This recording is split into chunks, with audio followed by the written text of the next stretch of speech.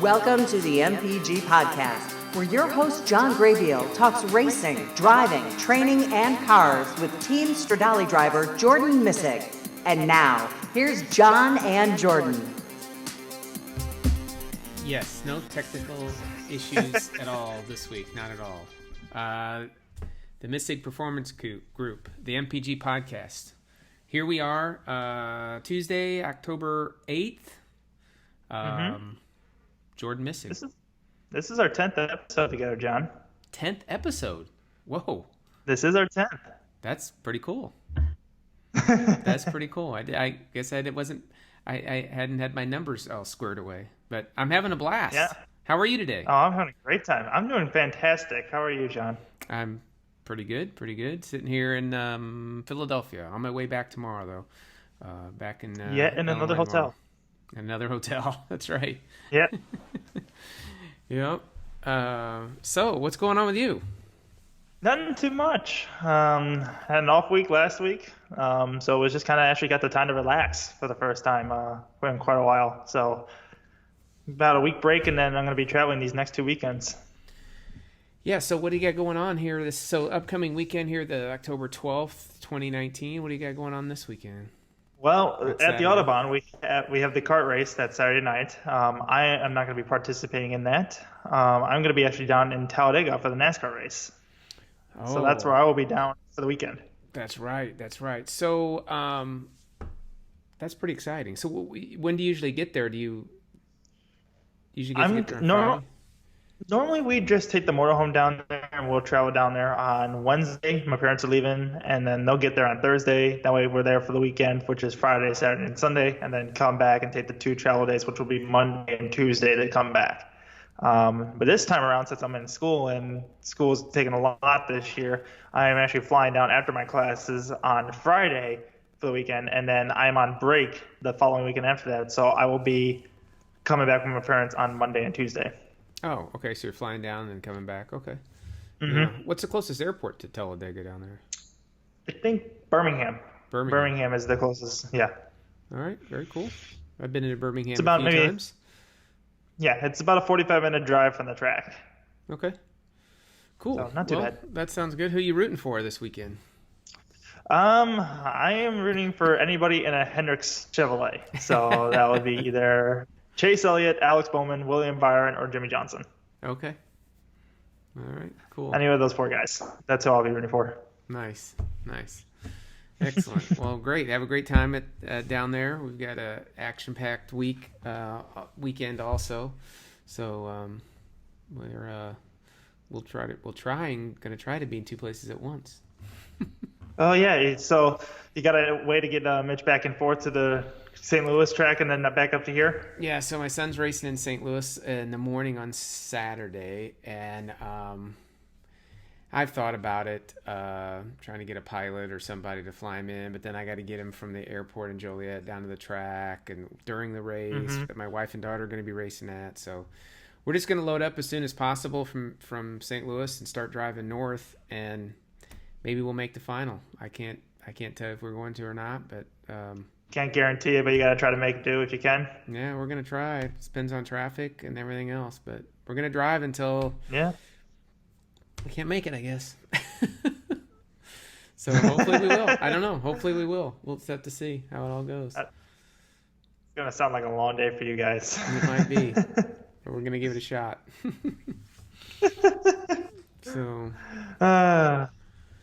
So what else is on your mind here, this our 10th podcast? Nothing too much. This is kind of like the dead point in the season for us because we're just winding down. Now we're getting towards the end of the season. So we're getting towards the end of Autobahn, which will be in 2 weeks, will be Oktoberfest here at the club, which will be the last race of the season up here. We also have in November our last Radical Cup race for the travel series up there. So the season's kind of coming to an end and everything's kind of dwindling down a little bit. But I did want to talk about one thing that we could go through, because I know we've been having it recently, especially with the kart races as well here, and that would be rain out races. So rain races I would want to talk about. Yeah. So it's been, as a matter of fact, so the other podcast I do is the the podcast for the Audubon Country Club, we actually talked about Kyle Nato, the assistant track director, operations director, I guess, we actually talked a little bit about that this week on the podcast. So this is perfect. This is perfect. So how do you you see it's going to rain? How do you address, or how do you get ready for it, or what do you do? Let's start with tire pressures. Tire pressures, you put rain tires on there. Are they higher than normal, lower than normal? What do you? Yes, they are normally higher than normal. They are normally higher. You want to be somewhere between if you're on take a slick tire, for instance. New slick tire, you start low pressure and then you have a hot pressure. You kind of want to be in between the low and hot pressure when you're on wet rain tires. The reason why is because you don't want to be too low, but then again, because it's rain tires, you don't want to have it be too high and hot. Because when it gets hot, then next thing you know, the water starts to burn off, and you don't want to get the tires overheated. You want to keep them cool as much as you can. That's the difference between rain tires and slick tires. So you want to keep them cool? Yes. So whenever, for instance, whenever the track starts to dry up, it gets harder for guys on rain tires, because what they have to do is then kind of go offline a little bit and avoid the dry spots and try to find the wet spots to keep their tires cool, so they don't start overheating and turning into tread and start wearing off the tread on the rain tires. Because if you, for a long time, start like running them like a slick tire and start running them fast and they get hot, next thing you know, the tread starts to burn up because the tread is starting to lay down rubber, and then next thing you know, you're having to turn into a slick tire. Wow, I didn't know that. Okay, all right. So about halfway in between. Yeah, you want to be halfway in between. So somewhere, for radical tires, I'll use for instance, your low pressure will be somewhere in the low 20s, and then your high pressure is up to mid to upper 20s. I will say is your hot tire pressures. So for instance, you want to be kind of somewhere in between the mid 20s for rain tires. Just to have that optimal temperature. Okay. And I never thought about this. As the track dries out, look for wet areas. You got to start looking for puddles. Yes. When the dry spots and the dry line starts to form and you're on rain tires, you got to look for puddles to keep the tires wet and cool. Otherwise, they're going to start overheating. Wow. Okay. Interesting. I had no and idea. then once the track finally dries up, then you can go to slick tires from there. So that's the key with rain tires. So we have a track that everybody drives the race line. There's a lot of rubber in that area, assuming it's a track that's been there a while. We take a race line and we basically go into the turn not where everybody else is going. So kind of we use the opposite line of what you would normally run. With rain tires on, is that still what you do, or do you run the normal line with rain tires? You run the opposite line as rain tires normally. So rain tires or slicks or anything, you're always going to try to run the opposite line to get a little bit more grip, because the water is let me think about this for a second. The viscosity, no, that's not really right. The water makes it slicker, so it's going to be even worse where the rubber is. Okay. Yes, it's going to be worse where the rubber is. So that's why when you kind of go down to the inside part of an apex or a turn, it's going to be a little bit more slippery there because there's more rubber, which makes it a little bit more loose, because the tires are then making contact with the rubber and not the track surface itself, which is now making you want to skid and slide, which makes it loose. Another form of instance that we use when we race on rain tires is avoid all the curbs as possible. Reason for that being is because water is on what the curbs are painted normally, and paint with water make it slick and slippery. And you could test this from like when you go to a parking lot, for instance, and it rains, you go over wet paint in parking lot, you're going to slide a little bit more slick than the actual asphalt itself. So we want to stay off the paint as much as we can, because it's going to be more slick and you're going to probably spin out a lot easier than normal. Right. Interesting. Little airplane trivia for you. You land on a runway and you go down to the end of the runway, and there's many pilots who've heard the tower say, hurry up and get off the runway, and they speed up to the opposite end of the runway where the numbers are painted, and then we have borders and then graphics in the middle of the runway to tell you how far down you are. Those are all paint. And so in a wet surface, that tower says, hey, hurry up and get off the runway. You run down there, you hit your brakes, you have no stopping whatsoever when you hit the paint. So it's as soon as you get to the opposite end of the runway, of course, there's more rubber down there too. So same. I guess I never thought about it until just now. Same issue. You got the same issues. Water and paint. You don't have traction. You don't have friction, I should say. No, you don't. No, you don't. And it accumulates the flying too, apparently. Yeah, I guess so. Yeah, I hadn't thought about it till now. But so we run the opposite. Here's a question I've always had, though. So I wish I had a graphic. So you start, let's say you're going to make a right-hand turn. You're all the way on the, so you want to use, normally we're going to use always we're going to use all the road. So we'd start on the left side of the road, enter the turn. We apex to the right side, and then we track out to the left side. Yes. So if you're running in the rain, do you still, I realize that the apex is going to be the outside of the turn, generally speaking. Yes. Generally speaking. So correct. In a right-hand turn, the apex would be all the way to the left to get away from where the rubber is. But you still have to cross the line going in and tracking out. So do you go into the turn on a right-hander? Do you go into the right and brake, go across the rubber, hit the non-rubber area, turn, and then you got to come back across it, right? So, or do you stay all the way to the left and still brake and go in? I mean, how does that work? Did that make sense? Yeah, yes, it did actually. It varies between each corner actually. It's a good thing you brought this point up because some turns will have a lot of rubber. Like if you go to a hard braking zone, naturally where a lot of rubber is going to be is where you hit the initial brake points. Well, when you're racing in the rain, you normally back your corner up because you're not coming in, one, with as much speed, and two, when you hit the brakes, you're not going to have as much traction. So you back up your braking point a little bit from where you normally would brake. But when you are on the brakes, you still run over that rubber part a little bit. So it depends where you go into each corner. You can either stay in line and then hopefully go over the rubber point and the car is going to be okay, or you maybe go half a car length over to where you normally would be, or just go on the total opposite side of the track and then cut across the racing line and go into the braking zone.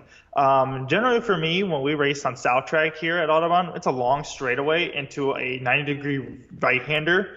I normally will stay on the inside part of the track, and then we'll hit the brakes and then kind of merge over to the left side and then go on the outside part of the track to get the grip. But then there's other corners where I'll just hold the racing line and then hit the brakes and be perfectly fine.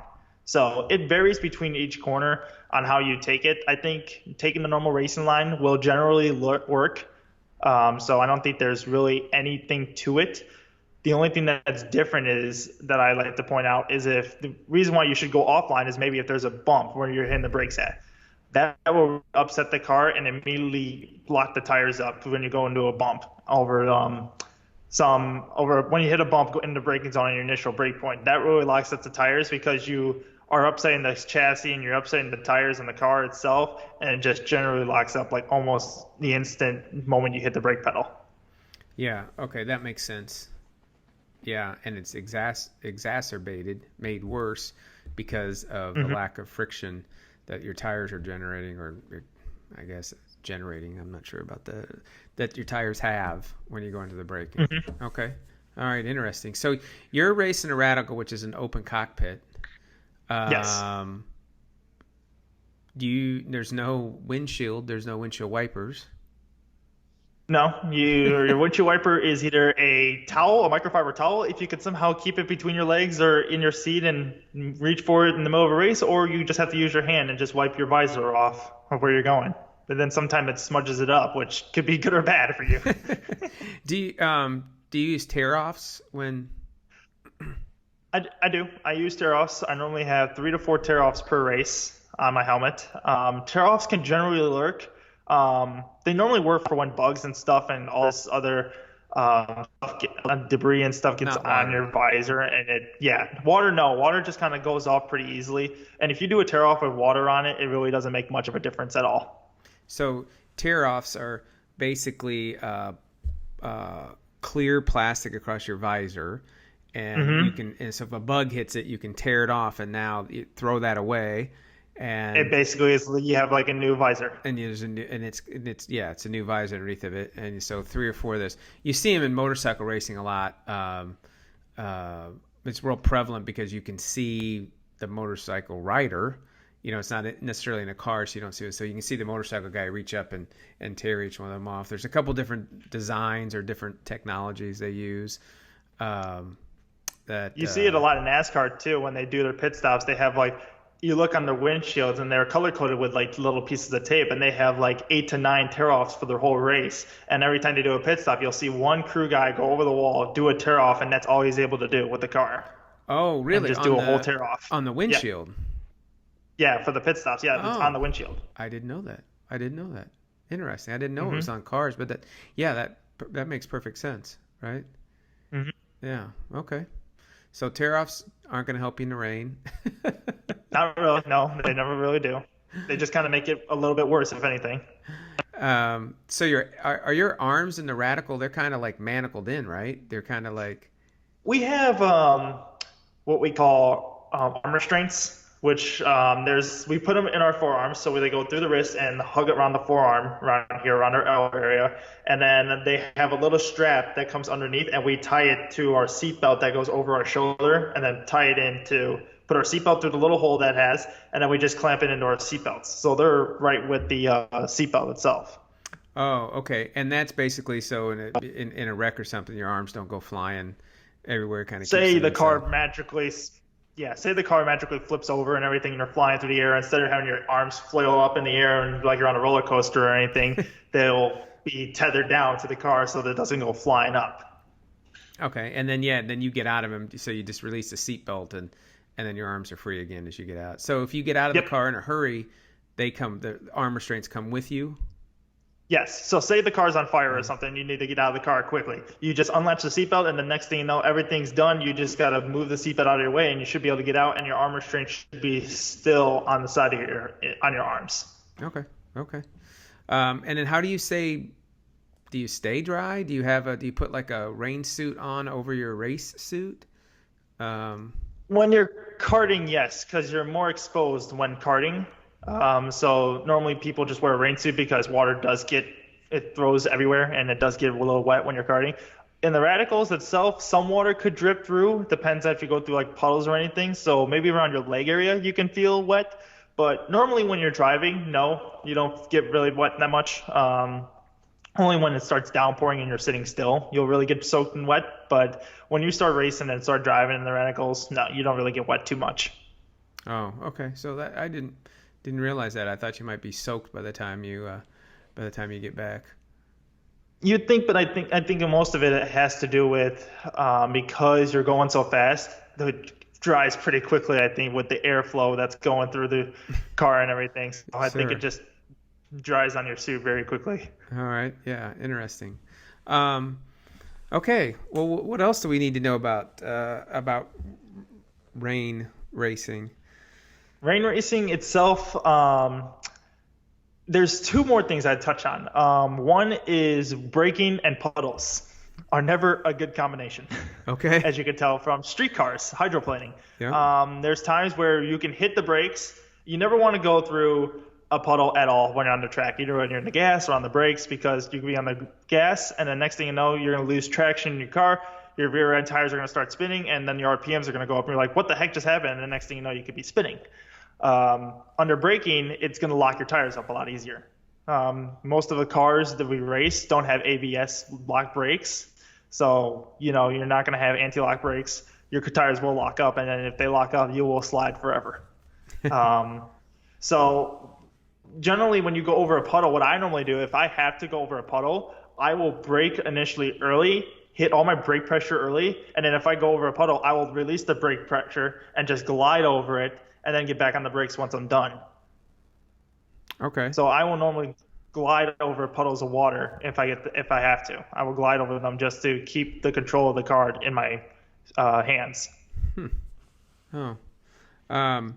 And okay, yeah, that makes a lot of sense. Yeah, because if as soon as you start the hydroplaning effect, yeah, you're basically flying through the air in essence, right? You have no grip, so you have no way to do it. Okay. There's a formula for hydroplaning, and I was just looking it up, and it's dynamic hydroplaning happens about 8.6 times the square root of the tire pressure. For example, a Cessna 172 with 42 psi tire pressure, which would be like a Miata probably. Could be. So 8.6 times the square root of the tire pressure is about 56 knots. So maybe 40 miles an hour or something. Hydroplaning could start at that, which I always thought was very interesting, that there's a mathematical formula to when your tires, based on your tire pressure, when they actually hydroplane.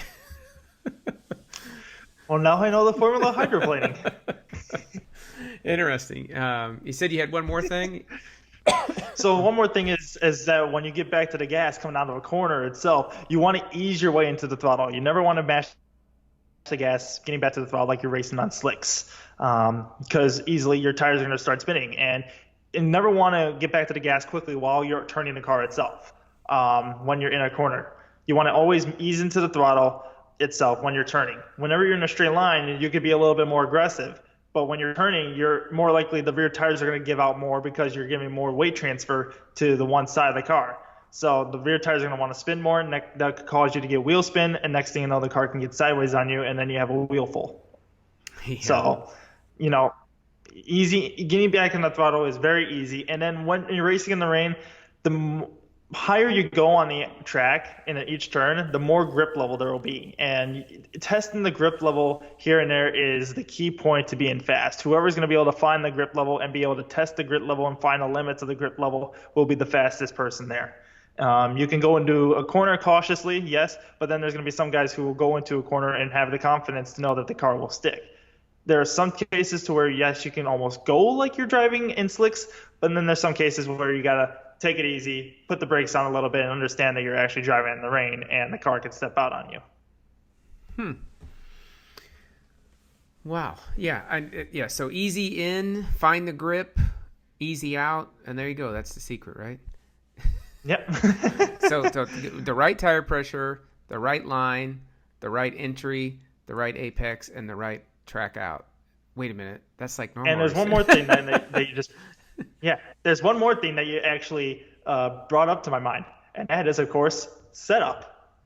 Oh. And of course, when the rain comes a whole different setup to the car. Because is it due to the aerodynamics in the rain? That doesn't really necessarily change, does it? Can be.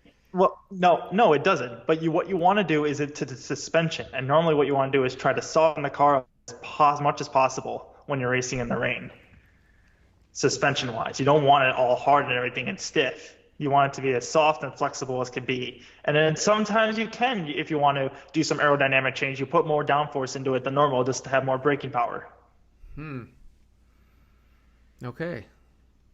I didn't know any of this. And more stability. So yeah, there's a whole when I race in the radicals and we go from dries to rain, there's about 4 to 5 different things I change setup wise going into the difference between rain and dry. 4 to 5 things I can name right off the top of my head of what I want to do. Wow.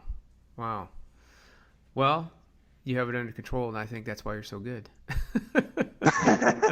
How about this? How often do you practice in the rain? Do you practice a lot in the rain? It's very hard to. I've practiced maybe twice this year in the rain. I've been able to go out and practice in the rain. It's very, very hard to. It's hard to get out here sometimes do track time because sometimes at this track here at Audubon, it rains and then the track dries up and it gets to a point to where it's kind of in the middle where it's half dry, half wet. A good way to practice in the rain is when the track is completely soaked, completely wet, and that's the best way to do it. Once the track starts to dry up, it tends to I don't want to do it anymore because then there's a risk of ruining your tires because then you're dealing with a half dry, half ruined track, and then you have a chance to overheat your tires. So I generally would like to go out if the track's completely wet and have fun with that. That makes sense. Well, this, Jordan, our 10th podcast, this might be the longest. Yeah, very close to it. What better way to have the longest on the 10th? Yeah, there you go. Well, awesome. Thanks so much for being on the show. Have fun this weekend at the NASCAR race. And we'll check back in here when we got a couple races left going on. And I know you got some other stuff cooking. So we can't wait to hear all about it. We look forward to it, John. Thank you so much for having me again. Thank you.